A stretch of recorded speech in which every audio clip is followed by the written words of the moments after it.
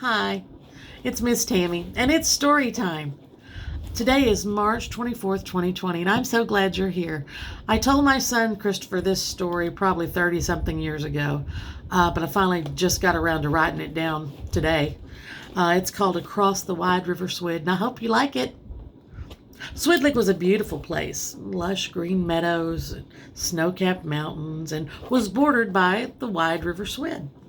The river ran between the two countries of Swydlyk and Huda. Prince Christopher's castle towered high above the river, glistening white and gold in the glorious morning sun.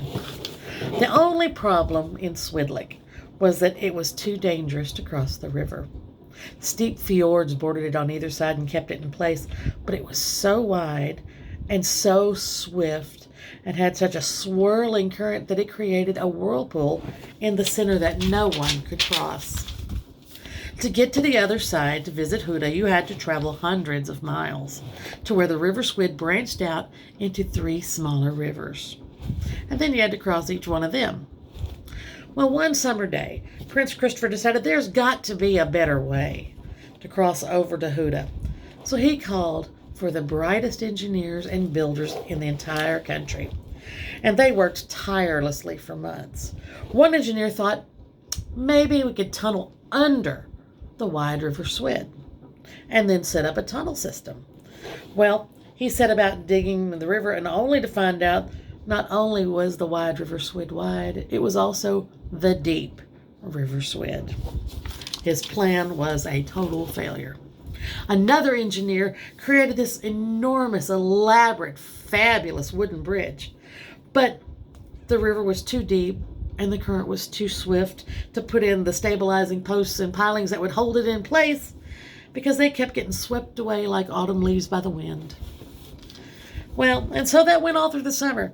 So many great ideas and so many failures. Some of them were really ingenious. Some of them were really ridiculous, like making a big catapult and just flinging people across to the other side. But they were all colossal failures.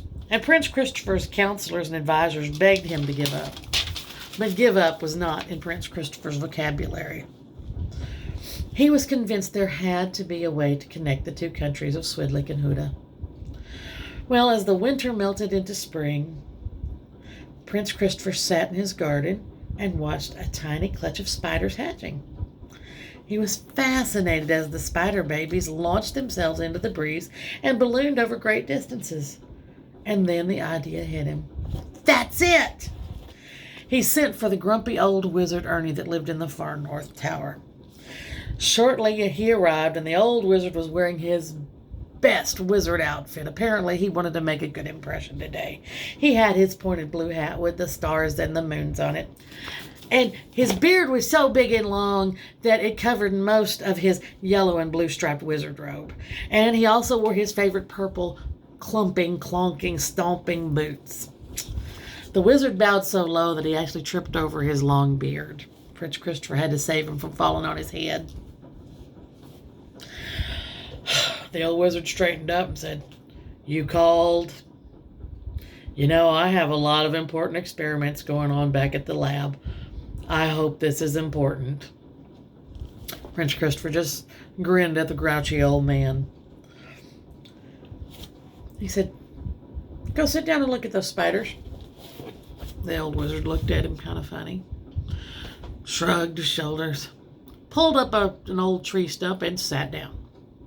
And he watched the baby spiders. He observed them, the baby's flying spiders, and after a few minutes he became very bored. And he looked at the prince and said, "Entertaining, enchanting, but what does this have to do with me? I have a lot better things to do." Prince Christopher said, "This is how we are going to cross the River Swyd. I want you to make giant spiders and build this bridge. Everybody knows spider silk is stronger than steel." The old wizard muttered something under his breath and then nodded. And he set about gathering the little baby spiders and dropping them into that tiny blue velvet magic bag. When he had enough, he left the garden and went back across the courtyard and up the twisty, twirly stairs to the top of the far north tower and got to work. Well, after a few days of strange noises, explosions, yelling, and lightning bolts in the far north tower, the old wizard came out to show the prince what he had accomplished. He carried his pet owl Erasmus on his shoulder as he walked. Prince Christopher and the grumpy old wizard Ernie walked down to the edge of the wide River Swyd. Ernie opened his tiny blue magic velvet bag and pulled out this beautiful golden orb. And he looked inside, and it was filled with tiny spiders. Well, Ernie gave it to Erasmus the owl, who clutched it in his claw and took off flying. Well, where is he going, Erasmus? Where's Erasmus going? The old wizard said, well, he's going over to the other side of the river. You can't build a bridge without coming from both sides. Everybody knows that. Prince Christopher grinned and shook his head.